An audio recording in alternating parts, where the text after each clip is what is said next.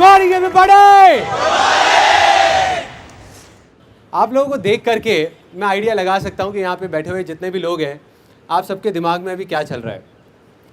आप सोच रहे होगे यार, एक तो मौसम ऐसा, ऊपर से मेरी ये रंग बिरंगी फोटोग्राफ, भाई चक्कर क्या है आज, होने क्या वाला है यहाँ पर। और मुझे पता है कि कुछ लोगों ने तो ये वर्डिंग्स को पढ़ करके इसका मतलब निकालने की कोशिश कर रहे होंगे कि जैसे लिखा हुआ है ना, नाइदर ब्लैक नॉर वाइट, इसका मतलब कि इस सेशन के एंड तक पहुँचते पहुँचते ना काला काला रहेगा, ना गोरा आदमी गोरा रहेगा, सारे रंग बिरंगे हो जाएंगे। मतलब कि कहीं शायद होली खेलने का कोई प्रोग्राम हो सकता है यहाँ पर, लग रहा है कुछ लोगों को। So let me be very clear and very honest with all of you कि आज यहाँ पे होली खेलने का कोई प्रोग्राम नहीं है। सो आप सब अपना आराम से रिलैक्स होकर के बैठ सकते हैं। वहाँ पीछे आई थिंक सनी बैठा हुआ है, वो थोड़ा डिसअपॉइंट हो गया। वो बड़ा खुश हो रहा था जब होली खेलने की बातें हो रही थी, अपने आसपास में लड़कियों को देख करके सोच रहा था मन ही मन के यार आज मज़ा आने वाला है। शर्मा आ रहा था मन ही मन, सोच रहा था। लेकिन कोई बात नहीं सनी, नेक्स्ट टाइम। हाँ, अब आप में से आप ये तो नहीं सोच रहे कि सनी कौन है। भाई ऐसा है, ये जो सेशन हो रहा है ये हो रहा है दिल्ली में, चेन्नई में नहीं। आई एम 100% श्योर, अपने आसपास में 4 लड़कों से उनका नाम पूछो, 3 का नाम सनी निकलेगा, पक्का है। ओके, मैं आपसे एक सिंपल सा क्वेश्चन पूछता हूँ, बहुत सिंपल, कि जब हम सब बच्चे होते हैं, छोटे होते हैं, तो हम सारी चीज़ों को बहुत इंजॉय करते हैं, मज़े करते हैं लाइफ में, और हमारी सीखने की जो पावर होती है वो बहुत अच्छी होती है। मतलब हम कोई भी चीज़ सीखते हैं बहुत जल्दी जल्दी सीखते हैं, लेकिन जैसे जैसे हम बड़े होते जाते हैं तो हमारी वो सीखने की पावर कम होती जाती है। उसके पीछे एक वजह है कि जब हम बड़े होते हैं तो कुछ ऐसा करने लग जाते हैं जो हमको नहीं करना चाहिए, जो बच्चे नहीं करते। तो वो ऐसा क्या है, कोई बताएगा मुझे? ऐसा हम क्या करने लग जाते हैं जब हम बड़े होते हैं? तो क्या करते हैं? करने से पहले सोचते हैं। एग्जैक्टली उसको अगर एक वर्ड में बोला जाए तो क्या हम क्या करने लग जाते हैं? हर चीज को एनालाइज, जज करने लग जाते हैं। राइट, जिसने भी बोला जज, let's give a big hand for that particular person.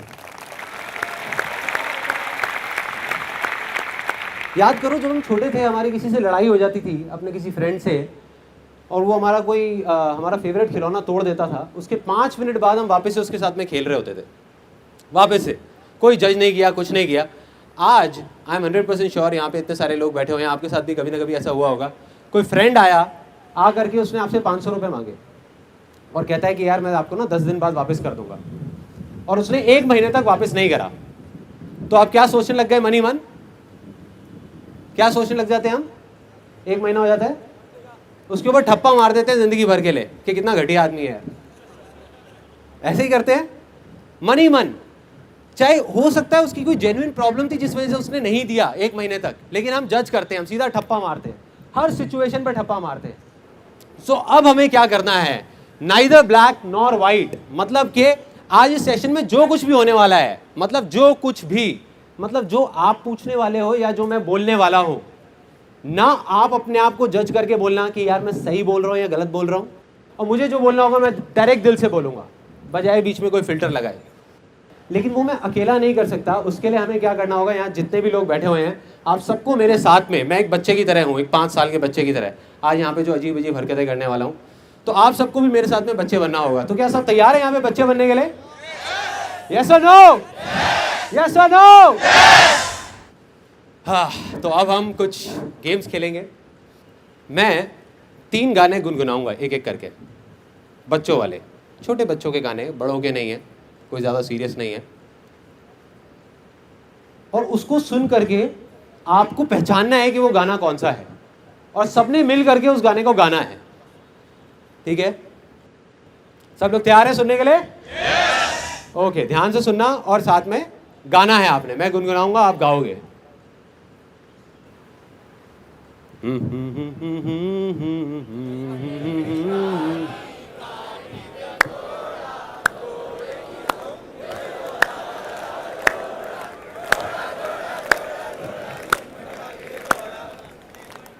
Very nice. कुछ लोग और भी आगे गाना चाहते हैं, कोई बात नहीं, घर पे जाके गा लेना। दूसरा गाना, ये पहले वाले से भी थोड़ा सा कॉम्प्लिकेटेड है, देखते हैं इसको कौन आसान बना पाता है।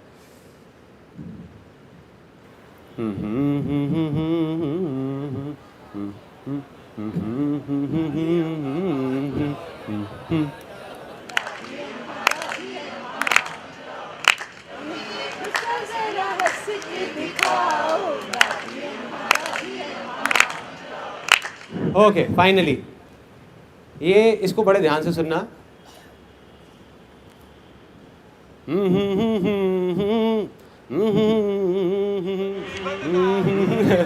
यार ये बच्चों का गाना है। एक बार दोबारा गाता हूँ, वो दोबारा से सुनने की कोशिश करना।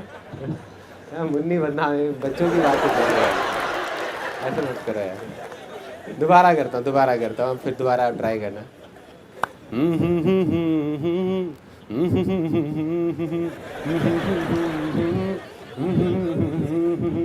गाओ एवरीबॉडी।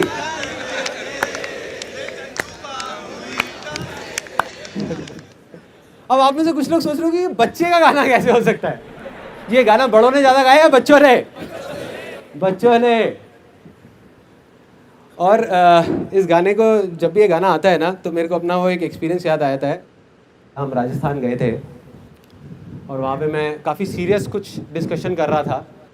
इतनी देर में मेरा बेटा पीछे से आया, आकर के मेरे को कहता पापा। मैं कहा हाँ बेटा। पापा मुन्नी।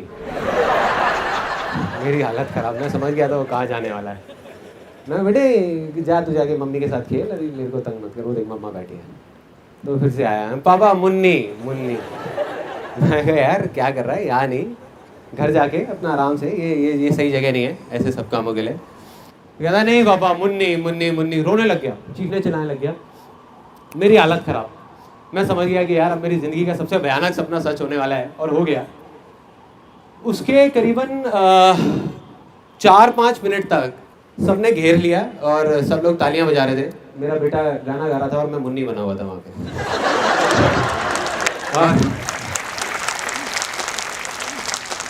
और मेरी प्रॉब्लम यहाँ खत्म नहीं होती, यहाँ से शुरू होती है। मैं अपना अजीब सा डांस कर रहा था और कहता पापा आपने ये तो किया ही नहीं। मतलब अब आप बताओ कि बच्चों का गाना नहीं है तो किसका है यार, किसका है? दूसरी गेम, कितने लोग ऐसे हैं जो सच में, मतलब जिन्होंने सिर्फ बोला ही नहीं है कि हम बच्चे हैं, वो कुछ भी अजीब सी हरकत करने को तैयार है। यहाँ पे 10 स्टेज पे मेरे को वॉलंटियर्स चाहिए, अजीब। बाद में मत बोलना कि यार बताया नहीं था आपने। 10 वॉलंटियर्स, एनी 10 प्लीज आ जाओ। 10 वॉलंटियर्स। ओ तेरे आगे आ जाओ। बस 10 ही चाहिए, 10 ही चाहिए यार। हो गया। आ जाओ। हाँ चलो, तो आप यहाँ पे खड़े हो जाओ, ठीक है। अब एक पर्सन मुझे ऐसा चाहिए जिसका आज बर्थडे हो। एनीबडी जिसका बर्थडे है, आ जाओ। क्या नाम है आपका? अंसारुली। हैप्पी बर्थडे यार, हैप्पी बर्थडे। सो अब देखो, एक अजीब सी गेम होने वाली है। बर्थडे में ऐसी कौन सी गेम है जो बच्चों को सबसे ज्यादा मजा आता है खेलने में? सबसे ज्यादा मजा रेलगाड़ी चुक। सबसे ज्यादा मजा कौन सी गेम खेलने में आता है, जल्दी बताओ। बलून फाड़ने में, राइट। किसने बोला? हाँ, बलून फाड़ने में। तो वही गेम होने वाली है। बलून लाया जाए। Where is that balloon? ये सिर्फ नाम के लिए नहीं खेल रहे, इसके पीछे एक बहुत बड़ा कॉन्टेस्ट है, बहुत बड़ा। वो क्या है कि अब आप में से जो भी जीतेगा, जिसके हाथ में सबसे ज्यादा टॉफीज आएंगी, उसका मैं खुद अपने स्टूडियो में फोटो सेशन करूंगा। अच्छा, जिसका बर्थडे है वो पड़ेगा। बड़ा भयानक बर्थडे बनने वाला है भाई।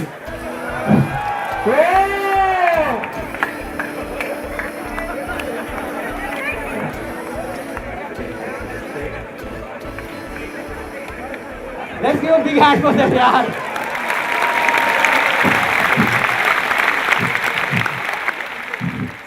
कई लोगों के मुंह पे नाखूनों के निशान पड़े हुए हैं, छील दिया गया है उनको। ये क्या है? कोई घर से तो नहीं लेके आया ना? And the winner is Sunil Sethi from Sirsa Haryana. Okay, बैठिए, ठीक है। बाकी भी लोग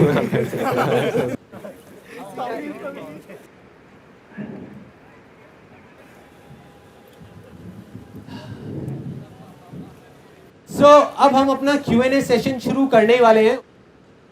ओके, सो पहला क्वेश्चन हम निकालते हैं, दिखाइए। Okay, the name is Pooja and age is 20 years.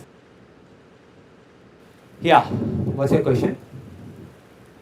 I have done my diploma, then I can't understand कि what can I do. आपने डिप्लोमा किस चीज में किया है? Digital electronics. डिजिटल इलेक्ट्रॉनिक्स में किया है, तो उसी से रिलेटेड कुछ करिए। So, obviously ये तो है ही है, but समझ में नहीं आ रहा क्या करना है आगे। नहीं मैं हाँ, इंटरेस्ट भी नहीं है। इंटरेस्ट नहीं है, ठीक है। अब हम दूसरे पॉइंट पे आए, तो इंटरेस्ट जिस चीज में है वो चीज करिए। पेरेंट्स नहीं करने देते। पेरेंट्स नहीं करने देते, हाँ, ये अब हम एक्चुअल प्रॉब्लम पे आए हैं। इस प्रॉब्लम का कितने लोग चाहते हैं कि मैं जवाब दूं? पेरेंट्स नहीं करने देते। या आई एम श्योर जितने पेरेंट्स बैठे उनका हाथ नीचे है। यार हम तो करने देते हैं, क्या बोल रहे हैं। देखो बहुत सिंपल है, बहुत simple. If you don't mind it, मैं यहाँ पे क्वेश्चन पूछ सकता हूँ, जितने भी लड़के बैठे हैं स्पेशली यहाँ पे, इनफैक्ट फीमेल्स भी, लाइफ में आपने ऐसी कोई चीज करी है जो आपके पेरेंट्स ने मना करी थी और फिर भी आपने करी है? सबने करी है। और कुछ चीजें ऐसी भी करी होंगी जो अपने पेरेंट्स की आंख में आंख डाल करके आप बोल नहीं सकते कि ये चीज मैंने करी है। करी है, बहुत करी है, बहुत करी है और बहुत बार करी है, पता नहीं क्या क्या करी है। तब पेरेंट्स का सपोर्ट था? नहीं था ना, तब भी करी। तो जब गलत चीज करने के लिए पेरेंट्स का सपोर्ट नहीं है फिर भी हम करते हैं, तो सही चीज करने से पेरेंट्स कैसे रोक सकते हैं? प्रॉब्लम पेरेंट्स की नहीं है, ना कभी थी ना कभी होगी, प्रॉब्लम हमारी है। हमें अपने ऊपर भरोसा नहीं है कि हम वो करना भी चाहते हैं नहीं। जिस दिन आपके अंदर से आएगा ना कि ये चीज मुझे करनी है, पेरेंट्स खुद आपको कहेंगे आकर के कि करो ना यार, क्या प्रॉब्लम है। I give you an example of my life कि मैंने एक बार इस तरीके से कैसे इस सिचुएशन को डील किया था। जब मैंने नया नया अपना फोटोग्राफी का काम शुरू किया, तो उस काम को बढ़ाने के लिए एक सिचुएशन ऐसी आई जब क्या प्लान बनाया कि नीचे जो हमारा घर था ना, उसको पूरे को मैं तोड़ के स्टूडियो बना दूंगा और ऊपर 2 कमरों के अंदर अंदर बाकी पूरी फैमिली एडजस्ट हो जाएगी, सब कुछ। तो आप इमेजिन कर सकते हो उस टाइम पे मेरे फादर ने कैसे रिएक्ट किया होगा जब जा करके मैंने उनको बोला कि ऐसा कुछ मैं प्लान कर रहा हूँ। तो उन्होंने बिल्कुल स्ट्रिक्टली मेरे को मना कर दिया, कहते संदीप तेरी हमने बहुत सारी बेवकूफ़ियाँ सह ली है, लेकिन ये हम नहीं बर्दाश्त करने वाले। कहते तू ये फोटोग्राफी करता है ब्लॉक में, तुझे पता नहीं है लोग कैसी कैसी बातें करते हैं, क्योंकि काम है करने वाला, कोई ढंग का बिजनेस कर, ये कर वो कर। कहते ये तोड़ने नहीं दूंगा मैं तेरे को घर, अपना घर ये मैंने बड़े प्यार से बनाया, ये नहीं तोड़ने दूंगा तेरे को। मैं पापा कोई बात नहीं, मैं आपको कुछ कह ही नहीं रहा, मत तोड़ने दो, कोई दिक्कत नहीं है। रात के करीबन 11:15 बजे हुए थे, मुझे अभी भी याद है वो मोमेंट। मैं गया, जा करके उनके बेड के पास में बैठ गया। पापा कहते हैं तेरे को मना किया ना मैंने कि नहीं तोड़ने दूंगा मैं घर। मैं कहा मैं उस बारे में बात ही नहीं कर रहा यार, एक बेटा क्या अपने बाप के पास में बैठ नहीं सकता, मैं पापा के पास बैठ नहीं सकता। मेरा प्रॉब्लम क्या है? मेरे को याद आ रही थी आपकी, क्या पैर दबाऊंगा, क्या क्या क्या? हाँ, सेवा नहीं कर सकता एक बेटा अपने पापा की। अच्छा कोई नहीं, बैठ जा। बैठा रहा, 11 बज गए, 11:30 बज गए, 11:45 बज गए, ना पापा को नींद आए, बार बार करवट ले रहे, मैं बैठा हुआ। मैं कहा नहीं, वैसे ही मन कर रहा है, मेरा मन थोड़ा सा ना ऐसी हो रहा था, मेरा मन था कि आपके पास बैठ जाऊँ। करीब 12 साढ़े 12 बज गए मेरे ख्याल में, करीबन हाँ ऐसे कुछ 12:30 बज गए थे। और मेरे पापा ने मुझे देखा, वो एक लुक दी, उनके फेस के ऊपर एक लुक थी, मेरे को अभी भी याद है। और देख करके उन्होंने मुझे बोला, कहते संदीप तू नहीं मानने वाला ना? मैं कहा नहीं पापा। कर ले फिर जो तेरा मन है कर, बाद में मुझे आकर के मत बोलियो। और आज जो मेरे फादर हैं वो ही सबसे ज्यादा खुश है, ठोक बजा के बोलते हैं पूरी दुनिया के सामने कि संदीप मेरा बेटा है। तो प्रॉब्लम ये नहीं है कि पेरेंट्स का सपोर्ट नहीं है, प्रॉब्लम ये है कि हमें अपने आप पे कॉन्फिडेंस नहीं है। जिस टाइम आपके अंदर पूरा भरोसा आ जाएगा कि मुझे ये चीज करनी ही करनी है और ये चीज मेरे लिए भी सही है, मेरी फैमिली के लिए भी सही है, तो आई एम 100% श्योर कोई पेरेंट्स आपको मना नहीं कर सकते, कोई भी। अगर आपके अंदर डाउट होगा तो वो मना करेंगे।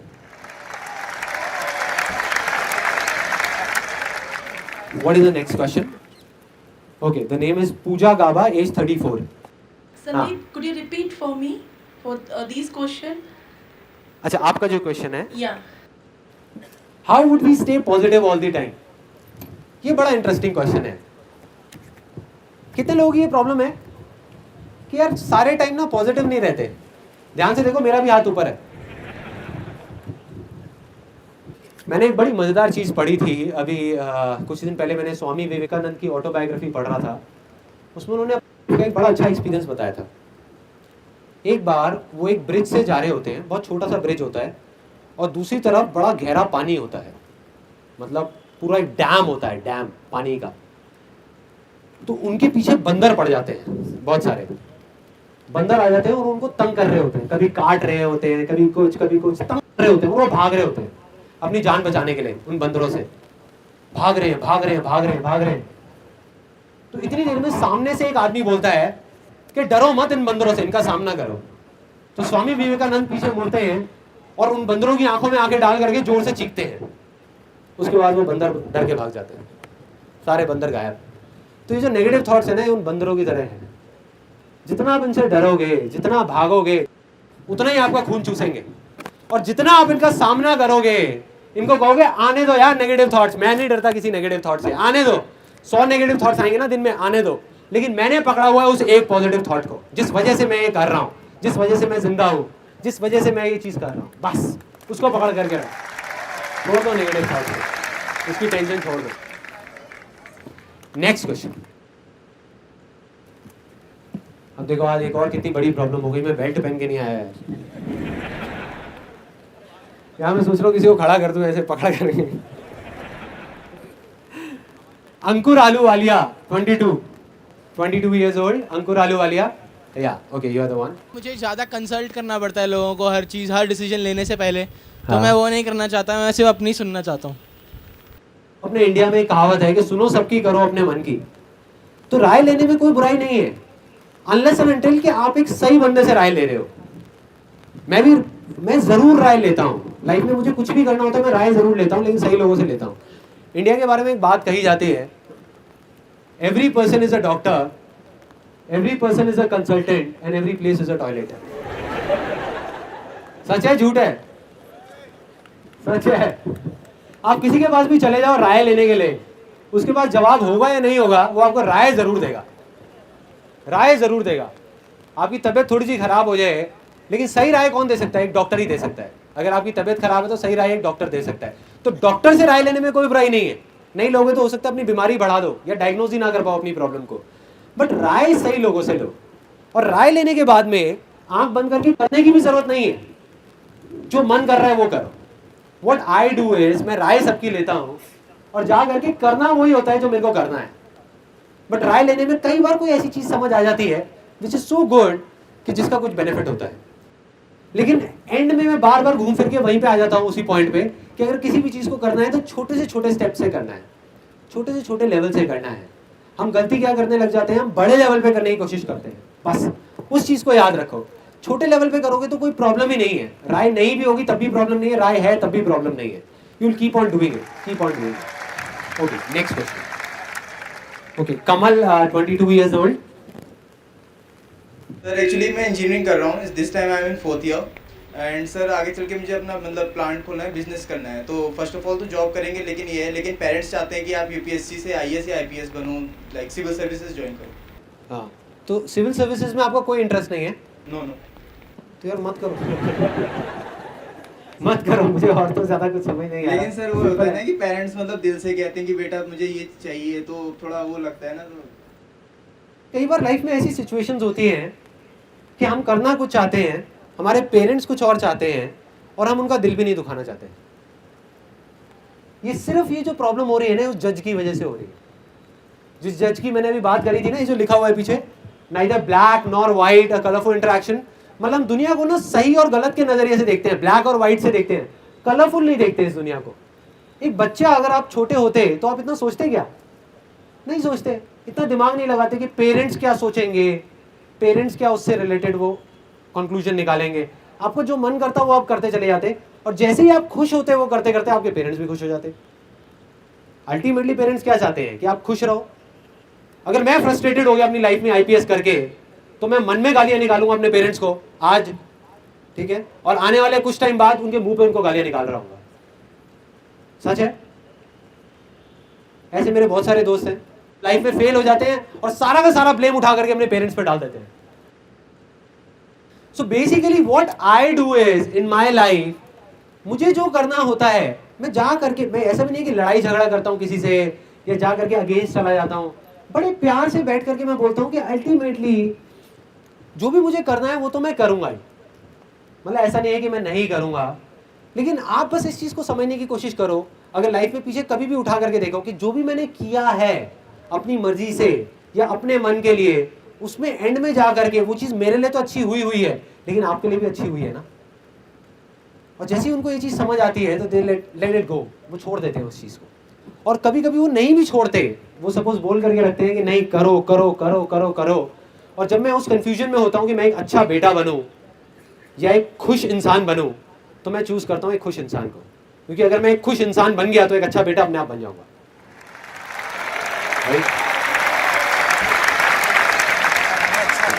Next question, Deepak Chawla, 28 years.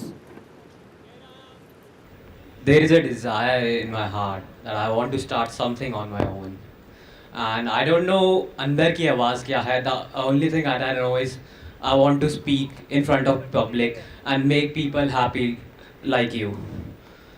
But my parents don't want me to leave the job, so they just want me to get married first, then. तो एक काम करते हैं यार, मेरे को आपका क्वेश्चन समझ आ गया, आपकी दोनों प्रॉब्लम सॉल्व कर देता हूँ, इधर आ जाओ आप। देखो करना क्या है कि बजाय ज़्यादा सोचने के एक स्टेप उठाना है ना, तो अब वो हम पहला स्टेप उठाने वाले हैं। पहली प्रॉब्लम थी कि ये कुछ ऐसा करना चाहते थे कि भाई यहाँ पे आकर के यहाँ पे ये कह लो कि कहीं भी लोगों के सामने बोलना चाहते थे मेरी तरह, तो ये मेरी तरह बोल रहे हैं। दूसरी इनकी प्रॉब्लम थी कि घर वाले चाहते हैं कि शादी कर लें, तो यहाँ इतनी सारी लड़कियाँ बैठी हैं, कोई ना कोई तो पसंद कर ही लेंगे। देखो I keep it very simple कि ना हमारा प्रॉब्लम पता है क्या है कि हम सोचते ज़्यादा है करते कम है। मतलब ultimately whatever it is that you want to do, अब आपको है कि यार मेरे को अंदर से हो रहा है, आपको अंदर से है कि मेरे को ऐसा कुछ करना है, 110%। यहाँ मजा आ रहा है अभी आपको, यहाँ पर पक्का आ रहा है। All you have to do is कि अभी ये जो फीलिंग है ना, जो भी अभी आप यहाँ पे जो फील कर रहे हो, बस इसको याद रखो, इसको आप पकड़ करके रखो और आगे बढ़ने लग जाओ धीरे धीरे धीरे धीरे। मे भी अपने ऑफिस से, मे भी अपने फ्रेंड सर्कल से 4 लोगों को पकड़ो, 5 को पकड़ो, छोटा सा अपने एक स्पीच तैयार करो, कुछ बोलना शुरू करो, कुछ करने लग जाओ, है ना। और बात रही फैमिली की कि अगर वो लड़की देखने वाले हैं तो भाई वो तो आपकी कॉल उसमें मैं कुछ नहीं कर सकता, मैं सिर्फ यहाँ तक बुला के आपकी हेल्प कर दी थी। चलो thank you so much. Okay next question, Meenu Panchal, 37 years. मैंने सजेस्ट किया है कि आप एक बार गुजरात में आके भी आपका ये वर्कशॉप करो। ठीक है जी, बिल्कुल करूँगा। वहाँ बारिश तो नहीं होती? हाउस वाइफ होके मैं अपना खुद का बिजनेस करना चाहती हूँ, लेकिन फैमिली का सपोर्ट नहीं है। तो सपोर्ट ना होने की वजह से प्रॉब्लम क्या हो रही है? बिजनेस तो चल ही रहा है ना। लेकिन क्या है कि वो सब फैमिली वाले टोकते रहते हैं, अभी घर में देखो, बच्चों को देखो, ये सब ऐसे ही सब। वो क्या है कि मैं अकेली सब जगह पे घर का देखती हूँ, बच्चों का देखती हूँ, बिजनेस का देखती हूँ, और मुझे यही बिजनेस में आगे बढ़ना है। आप कुछ अच्छा करने की कोशिश कर रहे हो, हाँ है ना।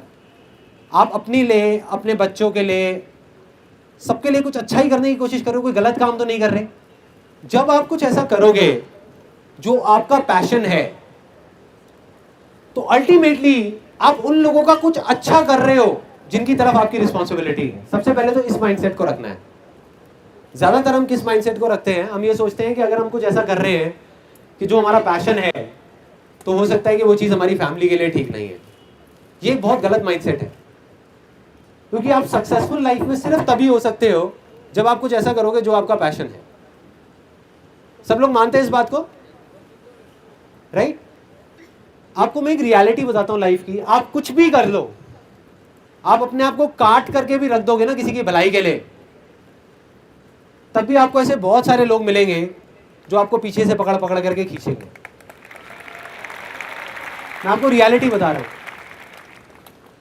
अब उस टाइम पे डिसाइड आपको करना है कि आपको अपने आप को रोकने देना है उन लोगों को, या आगे बढ़ते रहना है। अगर आप उन लोगों को देखोगे तो आप कुछ नहीं कर पाओगे। अगर आज मैं उन लोगों को देखने लगूं जो मेरे को उल्टा बोल रहे हैं, तो मेरे अंदर क्या क्या थॉट्स आने लग जाएंगे कि यार छोड़ना, मैं क्या कर रहा हूं यार, देखो क्या हो रहा है, इसका नतीजा क्या निकल रहा है, लोग क्या क्या कर रहे हैं। लेकिन अगर मैं अपने अंदर झांक करके देखूं तो मेरे को क्या जवाब मिलेगा कि ये मैं किसके लिए कर रहा हूं, उन लोगों के लिए नहीं, मैं अपने अंदर से जो आवाज आ रही है उसके लिए कर रहा हूं। तो मुझे तो भाई चलते रहना है ना, मुझे तो करना ही है, चाहे कोई अच्छा बोल रहा है चाहे कोई बुरा बोल रहा है, कोई फर्क नहीं पड़ता। और चलते रहो, चलते रहो, कोई आपके साथ है कोई नहीं है। जब भी हम ये सोचेंगे ना कि सारे हमारे साथ आ जाए, वो कभी नहीं आएंगे, कभी नहीं आएंगे। Next question, Anshul Bansal 24 years. Hi sir, कहाँ पर हैं? Hello, same sir. हाँ same sir, same sir. I mean, if somebody tries to, I mean, आपको नीचा दिखाना चाहता है कोई, बट लेकिन इट्स ओके, आप कैसे फिर भी खड़े रहना चाहेंगे? देखो पता है क्या है, अगर कोई भी आपको नीचा दिखाना चाह रहा है तो उस टाइम पे आपको दो चीजें करनी है। सबसे पहला जो सबसे इंपॉर्टेंट है वो है कि पहले एकदम से अपने दिमाग को बंद नहीं करना। मतलब कि ये जो हम देखते हैं ना ब्लैक और व्हाइट, कि अगर वो बंदा मेरे को नीचा दिखाने की कोशिश कर रहा है तो वो इसका मतलब बेकार आदमी ही है या वो गलत ही कर रहा है। तो सही गलत में नहीं जाना अपने को। सबसे पहले तो ये देखना है कि अगर वो चीज वो कह रहा है तो हो सकता है उसमें कोई चीज सच भी हो, है ना, और कोई चीज सही भी हो, जिससे हो सकता है हमारा ही कुछ फायदा हो। क्योंकि आपको ऑनेस्टली बता रहा हूं, कुछ दो तरह के लोग हैं इस दुनिया में जो आपको मिलेंगे। एक वो जो आपके मुंह पे आपसे बहुत मीठी मीठी बातें करेंगे, पीछे से आपके बारे में उल्टा बोलेंगे। देन टू, जो आपके मुंह पे आकर के आपको उल्टा बोल देंगे कुछ भी, मतलब जिसको हम बोलते हैं नीचा दिखाना, या आकर के पब्लिक में सबके सामने आपको बोल देंगे यार क्या बेवकूफ आदमी है, या ये है वो है, व्हाटएवर इट इज। तो अगर वो आपको बोल रहे हैं तो अल्टीमेटली आप अपने अंदर जाकर के देखो, वो आपकी अपनी अंदर की एक कमी है जिसको बार बार ना पिन चुभो रहे हैं। You getting my point? देखो मैं बताता हूँ, मैंने अपनी लाइफ में प्रैक्टिकली इसको कब फेस किया। जब मैं स्कूल में था तो मेरा जो फ्रेंड सर्कल था ना, उसमें क्या होता था, और मेरे ख्याल सभी के स्कूल में यही होता है कि आपस में एक दूसरे का मजाक बहुत उड़ाते हैं। होता है ऐसा ऑफिसेज में और स्कूल में कि एक मुर्गा मिल जाता है, उसको पकड़ करके सारे बस उसकी हालत ख़राब कर देते थे। तो वो मुर्गा मैं बनता था हमारे स्कूल में, क्योंकि मैं इतना ज़्यादा बोलता नहीं था, मैं थोड़ा चुप चुप रहता था और ज़्यादा ना किसी से बात करता था। तो मेरा एक प्रॉब्लम था कि मेरी जो उंगली है ना ये मुड़ती नहीं है। मेरे को बचपन में एक चोट लगी थी, यहाँ पे एक नस कट गई थी हाथ की, जिस वजह से उंगली मुड़ती नहीं है। तो मेरे को स्कूल में ना सब लोग जितने भी बच्चे थे और जो मेरे दोस्त थे वो चिढ़ाते रहते थे उंगली उंगली कह करके, ओ उंगली आ गया उंगली आ गया उंगली आ गया। वो कहते थे ये ले घी निकालियो जरा। Literally you can't even imagine. एक दिन एक बंदा घी खरीद के लाया था, एक लीटर का एक कैन खरीद के लाया, काट करके कहता निकालियो जरा घी। कहता नहीं इस उंगली से नहीं, अपनी इसी उंगली से निकाल। तो आप सोच के देखो मेरी क्या हालत होती होगी। मैं ना लड़ता था लोगों से, मैं इरिटेट हो जाता था ऐसे लोगों से। मैं लड़ता था, लड़ता इन द सेंस कई बार तो बातों से लड़ता था, कई बार हाथों से भी लड़ाई हो जाती थी। मतलब इरिटेट हो जाता था, और जितना मैं इरिटेट होता था उतना ही मेरी प्रॉब्लम्स और बढ़ती थी, उतना ही वो लोग और मेरे पे हावी होते जाते थे। मतलब मेरे पीछे से तो मजाक उड़ाते थे, जैसे ही मैं सामने आता था तो आकर के मन ही मन हंसते रहते थे और बोलते रहते थे। पहले एक चीज़ थी, अब उनके पास में 10 चीज़ें थी, 10 टॉपिक्स थे, किसी भी चीज़ को लेकर के बस मजाक उड़ाना, जिसको बोलते हैं मेरे को नीचा दिखाना, मेरे बारे में उल्टा बोलना। तो वो चीज़ें बढ़ती जा रही थी। फिर धीरे धीरे मेरे को चीज़ें समझ आने लगी, और मुझे ये समझ आया, मैंने कहीं पे पढ़ा एक बुक में। स्कूल टाइम तक तो मेरा ये प्रॉब्लम चलता रहा। स्कूल टाइमिंग के बाद में जब मैं कॉलेज में आया तो मैंने एक जगह पे पढ़ा कि अगर आपको अपने आप पे हंसने में मुश्किल होती है तो सामने वाले आप पे आसानी से हंस सकते हैं।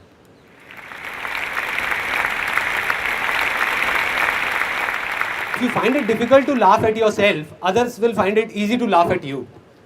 जब मेरे को ये चीज़ समझ आई तो मैंने अपने अंदर चेंजेस लाने शुरू करे। मैंने क्या करना शुरू किया, अपना ही मजाक उड़ाना शुरू कर दिया। उसके बाद में मैं दोबारा मिलता था अपने उन स्कूल के फ्रेंड से, तो जैसे ही मैं जाता था तो मैं खुद का मजाक उड़ाता था। अगर वो एक चीज़ बोलते थे तो मैं अपने बारे में 4 चीज़ें बोलता था। मैं बोलता था देख यार सिर्फ यही नहीं, मेरे तो ये भी प्रॉब्लम है, देख मैंने तो अपनी ग्रेजुएशन भी पूरी नहीं करी यार, मैं तो अंडर ग्रेजुएट हूँ, मैं तो ये हूँ, मैं तो वो हूँ। एक स्टेज ऐसी आ गई थी जब जा करके उन्होंने हाथ खड़े कर दिए। उन्होंने कहा यार क्या इसके साथ तो मज़ा ही नहीं आता, ये रिएक्ट ही नहीं करता। You are getting my point? मतलब मैंने इसका क्या सोल्यूशन निकाला कि बजाय उस चीज़ को उल्टा लेने के, तो प्रॉब्लम उनमें नहीं थी, उनका तो वो जो काम था वो कर रहे थे, प्रॉब्लम मुझ में थी, क्योंकि मैं रेजिस्ट कर रहा था उन चीज़ों को। तो जैसे ही मैंने रेजिस्ट करना बंद किया वो चीज़ें भाग गई, सारी गायब हो गई। आज मैं उन दोस्तों से मिलता हूँ, आज भी अगर मैं उनके साथ में बैठता हूँ, मैं अपना मजाक उड़ा रहा होता हूँ, वो मेरा मजाक नहीं उड़ा रहे होते। मैं खुद बैठ करके अपना मजाक उड़ा रहा होता हूँ हर एक पॉइंट के ऊपर कि देख मैं कितना बेवकूफ़ हूँ, कितना गधा हूँ, क्या क्या मैंने बेवकूफ़ियाँ कर रखी हैं, देख मैंने ये नहीं किया, वो नहीं किया, इसलिए कोई मेरे पे नहीं हंसता। और आज जो अपने आप पे नहीं हंस रहा, उस पे सारे हंस रहे हैं, उसको सबने पकड़ रखा है। तो यही दुनिया का असूल है यार। Next question, Chiranjit Bairik, age 20 years। या ओके। सर मैं जो करता हूँ वो कॉन्फिडेंस नहीं होता कि ये सही कर रहा हूँ कि गलत। कॉन्फिडेंस नहीं होता। अगर मैं आपको सच बताऊं, सच मतलब झूठ नहीं बोलूंगा, क्योंकि मैंने आपको कहा है जो मैं बोलूंगा दिल से बोलूंगा, घुमा फिरा के नहीं, ये सोच के नहीं कि मैं सही बोल रहा हूँ या गलत बोल रहा हूँ। आज मैं भी लाइफ में इतनी सारी चीज़ें करता हूँ, आज भी इतना सब करने के बाद भी, और कई बार मुझे भी कॉन्फिडेंस नहीं होता कि वो मैं जो कर रहा हूँ वो सही है गलत है। मतलब अगर कोई भी आपको ये बोलता है ना कि मैं ये चीज़ कर रहा हूँ और मैं हर चीज़ में पूरा कॉन्फिडेंट हूँ, तो वो झूठ बोल रहा है आपको। कोई भी आदमी किसी भी लेवल पे हो, कॉन्फिडेंस की कमी सबके अंदर है। और वो कॉन्फिडेंस कब आता है, अगर मैं आपको एग्जैक्टली बताऊं, ये बहुत ब्रॉड वैसे क्वेश्चन है, लेकिन मैं आपको एक किसी सिचुएशन के अंदर बता देता हूं कि कैसे आता है कॉन्फिडेंस। पहले किसी भी चीज को आप छोटे से छोटे लेवल पे सोचो कि आप क्या कर सकते हो, छोटे से छोटे लेवल पे, और उसको कर दो। वहां कॉन्फिडेंस की कोई जरूरत नहीं है, ना कोई प्रॉब्लम है। एवरीबडी एग्रीज, यस और नो? यस। फॉर एग्जाम्पल, आपको क्या क्या करना चाहते हो आप लाइफ में? What is it that you want to do? Army में जाना चाहते हो, ओके। सो देखो, if you want to go in army, तो आर्मी का सबसे पहला स्टेप क्या है? सबसे पहला क्या है कि आर्मी के बारे में पढ़ने लग जाओ। उसमें तो कॉन्फिडेंस की कोई जरूरत ही नहीं है। जैसे जैसे आप और उसके अंदर जाते जाओगे, आप केस स्टडीज पढ़ोगे, आप लोगों की पढ़ोगे कि वो कैसे, फॉर एग्जाम्पल आपके जैसे ही कुछ लोग किस तरीके से कहाँ से निकल करके कैसे आर्मी में गए, क्या किया उन लोगों ने। तो एक ऐसी स्टेज आएगी जब अंदर से आपकी आवाज आने लग जाएगी, जिसको हम इंस्पिरेशन बोलते हैं। और जिस दिन वो आ गई तो आप चाहोगे भी तो अपने आप को रोक नहीं पाओगे। ज्यादातर लोग ना उस स्टेज तक पहुंचते नहीं है, पहले ही करने की कोशिश कर रहे होते हैं। उसको बोलते हैं मोटिवेशन।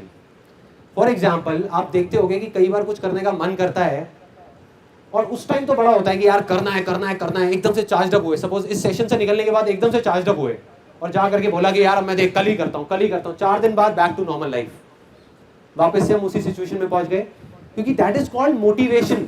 अभी अंदर से आवाज नहीं आई है, वो एक हल्का सा एक स्पार्क हुआ और आपने कहा कि करना है। जितनी तेजी से ऊपर उठे उतनी तेजी से नीचे भी आ गए। तो आपको पहले अपने आप को इस तरीके से तैयार करना है कि अंदर से ऐसी एक अर्ज आए कि वो मोटिवेशन इंस्पिरेशन में कन्वर्ट हो जाए। देखो, मोटिवेशन में और इंस्पिरेशन में क्या फर्क है? मोटिवेशन में है कि आप करना चाहते हो लेकिन कोई है जो आपको रोक रहा है और आप आगे नहीं बढ़ पा रहे। इंस्पिरेशन में क्या होता है कि आप अपने आप को रोकना चाह रहे हो कि यार मैं किसी तरीके से रुक जाऊं, मैं नहीं करूंगा, मैं आर्मी में नहीं जाना चाहता, लेकिन फिर भी आप नहीं रोक पाओ अपने आप को। That is called inspiration. और जिस दिन वो स्टेज आ गई ना, तो उस दिन बाकी सब चीजें अपने आप आ जाएंगी। कॉन्फिडेंस अपने आप आ जाएगा, सब कुछ अपने आप आ जाएगा। That is the answer to that particular question. Next one, okay, Mahendra Kumar 23। मेरा कोई डाउट नहीं है, मैं अपनी लाइफ से बहुत खुश हूँ। चलो, let's give a big hand for this guy. Colourful interaction, right? Neither black nor white. अभी शादी नहीं हुई ना? नहीं हुई तभी okay, next question. Saurabh Srivastava, 17 years। Sir मेरे पास भी कोई डाउट नहीं है, मैं भी हैप्पी हूँ, पर मैं ये सोचता हूँ कि आज जो इंडिया के पास पावर है वो यूथ पावर है, जैसा कि नरेंद्र मोदी ने भी कहा। तो मैं आपसे ये रिक्वेस्ट करता हूँ कि आज आप इस यूथ को ऐसे सजेशन दें कि ये इंडिया को ग्रोथ करने में हेल्प करें, ताकि उनका ग्रोथ हो। प्रॉब्लम क्या है, हम ना इंडिया की ग्रोथ के बारे में सोचते रहते हैं। मतलब वी थिंक कि इंडिया ग्रो हो जाए। मैं ये कहता हूं कि सिर्फ अपने आप की ग्रोथ के बारे में सोचो। अगर आप फाइनेंशियली एंड इंटेलेक्चुअली, मतलब कि अपने माइंड से भी और फाइनेंशियली भी अगर आप ग्रो हो गए, तो इंडिया अपने आप ग्रो हो जाएगा यार। अगर आप फाइनेंशियली हो गए लेकिन अपनी सोच में नहीं हुए, तो इंडिया कभी ग्रो नहीं हो सकता। दोनों तरीके से हमको ग्रो होना है, दोनों तरीके से, मतलब दिल भी बड़ा करना है। अब पता है क्या है, एक और बहुत बड़ी प्रॉब्लम, बहुत सारे लोग ये सोचते हैं कि अगर दुनिया अच्छी होगी तो उन लोगों की वजह से जिनके पास में पैसा ज़्यादा है, या खराब होगी तो उन लोगों की वजह से, जबकि ये सच नहीं है।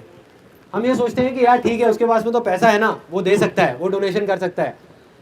मैं आपको ऐसे लाखों लोग दिखा दूंगा इंडिया में जो महीने का 20,000 रुपये या 30,000 रुपये कमाते हैं और उस कमाई में से 500 रुपये निकाल करके किसी बच्चे की पढ़ाई के लिए दे देते हैं। कितने दिखा दूंगा, कितने। और दूसरी तरफ मैं आपको ऐसे कितने लोग दिखा दूंगा जो करोड़ों रुपए महीने का कमाते हैं और किसी को 100 रुपये भी नहीं देते। तो इससे फर्क नहीं पड़ता कि आपके पास कितना पैसा है फाइनेंशियली, इससे फर्क पड़ता है कि आपका दिल कितना बड़ा है।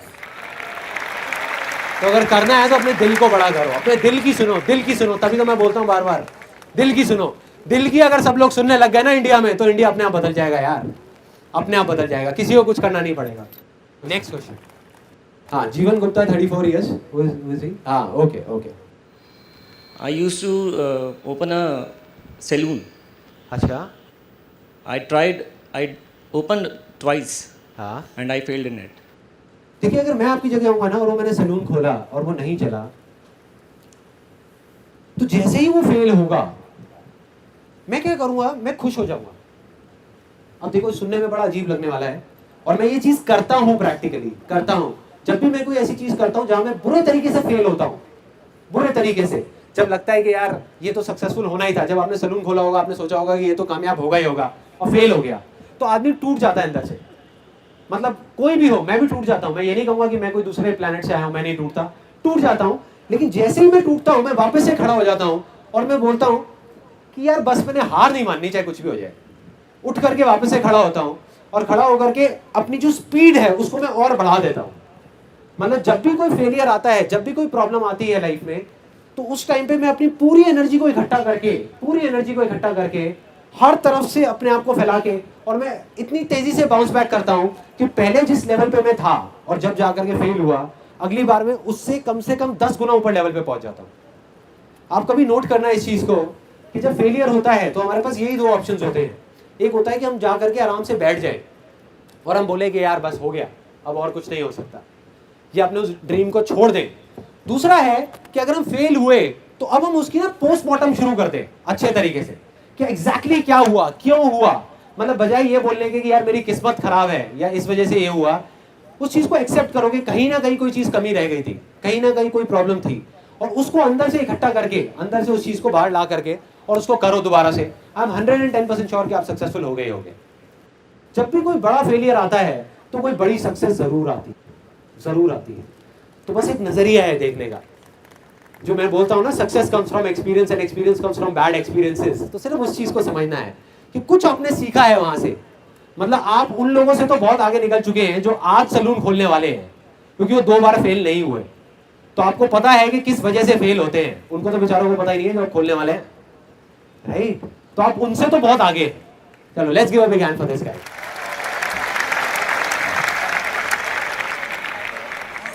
विनीत रैनाल 36 years।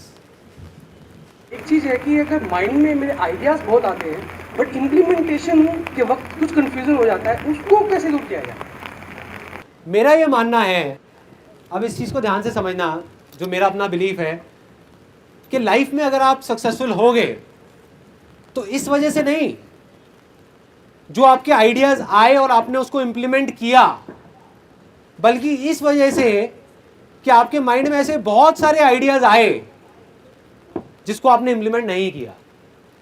आइडियाज़ को छोड़ दो, आइडियाज़ की कोई कमी नहीं है, सिर्फ अपने अंदर जाकर के देखो कि ऐसी क्या चीज़ है जो मैं करना चाहता हूं। That is not an idea, that is the purpose of your life. अपने यहाँ पे आसपास में कुछ चीज़ें दिख रही हैं आप लोगों को, कुछ ऑब्जेक्ट्स, जैसे एक छतरी है, लाइट है, कोई भी चीज़ अगर आप ध्यान से देखो तो वो क्या है?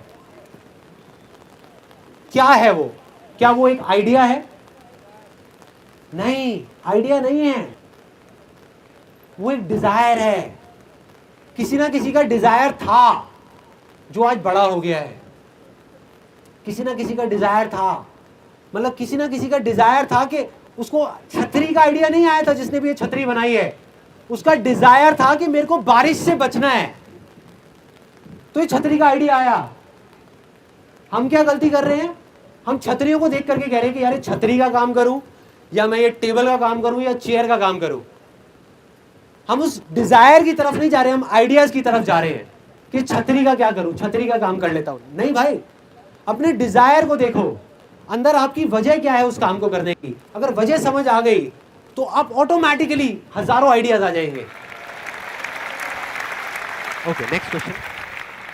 संदीप मल्होत्रा, 33 ईयर्स। एक सेमिनार आपका अटेंड किया था, आपने कहा था कि एक शर्मीला सा लड़का जिसे स्टेज पे खड़े होकर बोलना तक नहीं आता, तो वो सफ़र जो है वो एक शर्मीला लड़के से पूरी दुनिया यहाँ सुनने आई है, वो कैसे तय किया, ये जिज्ञासा मेरे मन में है, तो मैं वो जानना चाहता हूँ। हर एक चीज के पीछे एक वजह होती है, एक वजह होती है। अगर आपको वो वजह समझ आ जाए तो आपको समझ आ जाएगा कि ये जो मैं कर रहा हूँ ये कुछ भी नहीं है। जब तक वजह नहीं समझ आएगी तो लगेगा यार ये बहुत बड़ी चीज है। फॉर एग्जाम्पल, ये जो मैं कर रहा हूँ ये कुछ भी नहीं है, मैं अभी आपको बताता हूँ क्यों। There is a friend of mine, Goonj का नाम सुना है यहाँ पे किसी ने? गूंज, he is the founder of that. उसने वो गूंज शुरू किया है। तो मैंने उससे पूछा, मैंने कहा यार मेरे को ना इसमें इंटरेस्ट नहीं है कि तुमने इतना बड़े लेवल पे ये चीज़ करी और आज इतने सारे गांव में इतनी अच्छी चीज़ें हो रही हैं, इतने सारे लोगों को कपड़ा मिल रहा है, इतना कुछ अच्छा हो रहा है इंडिया में। मुझे इस चीज़ में इंटरेस्ट नहीं है। मुझे इस चीज़ में इंटरेस्ट है कि ये चीज़ की शुरुआत कहाँ से हुई। उसने बताया कि मैं जब जर्नलिस्ट था तो मैं ना पुरानी दिल्ली गया था एक स्टोरी करने के लिए। तो वहाँ एक आदमी है जो काफ़ी एजेड है, वो रिक्शे पे रोज़ लाश उठाने का काम करते हैं।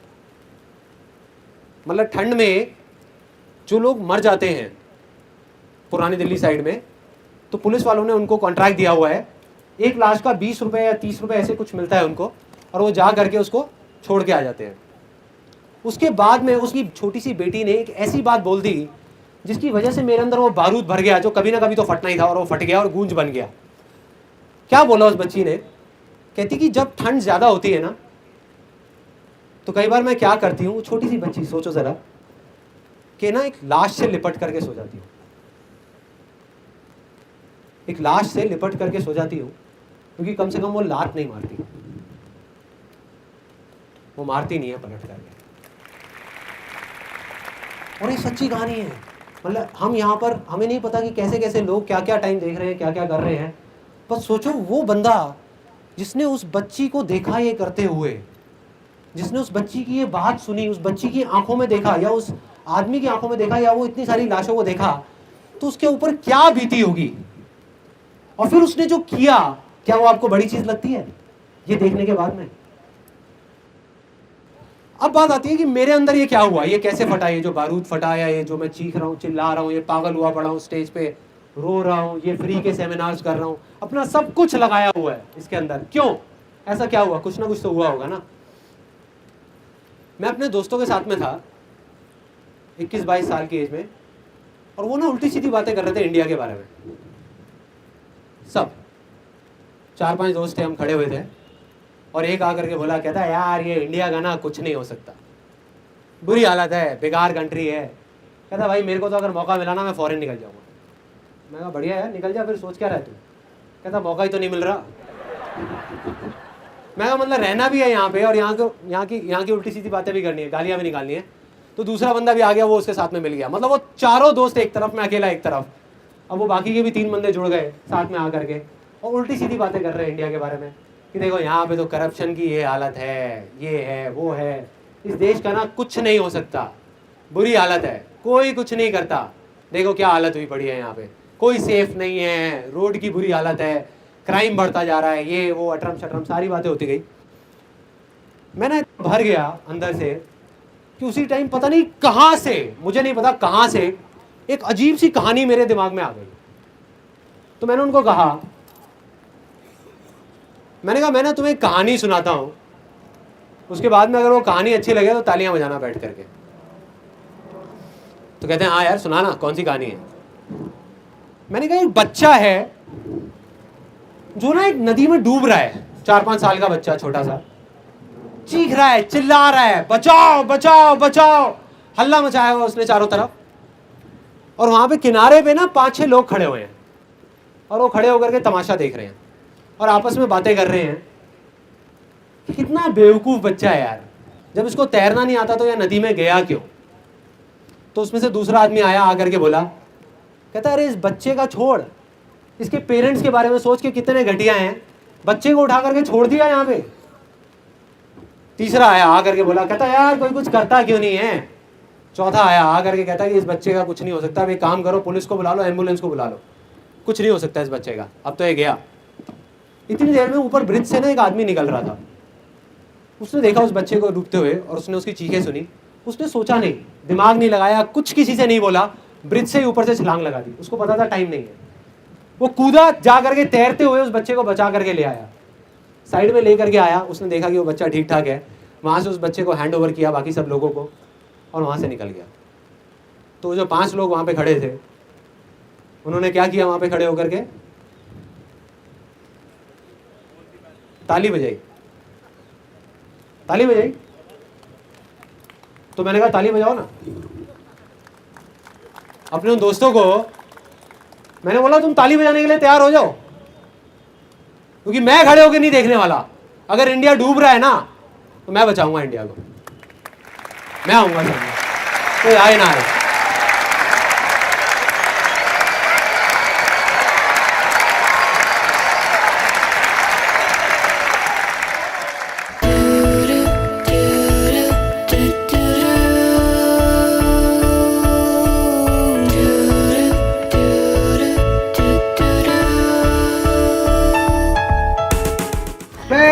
आज से 10 दिन पहले से ये नहीं जानता कौन सब्जी बेच रही है, किस खेत की मूली है।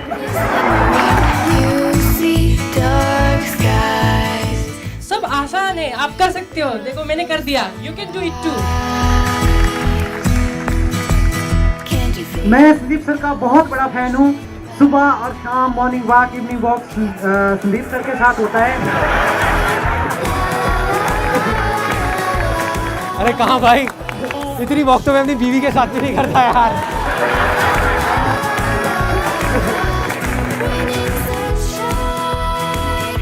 मैं आपका जो वो वर्ल्ड रिकॉर्ड है वो तोड़ना चाहता हूँ।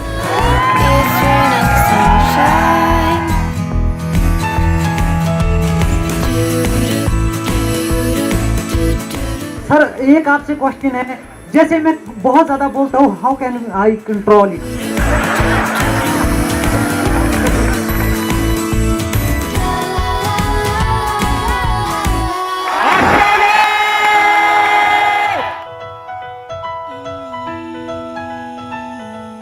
Raining sunshine, raining sunshine.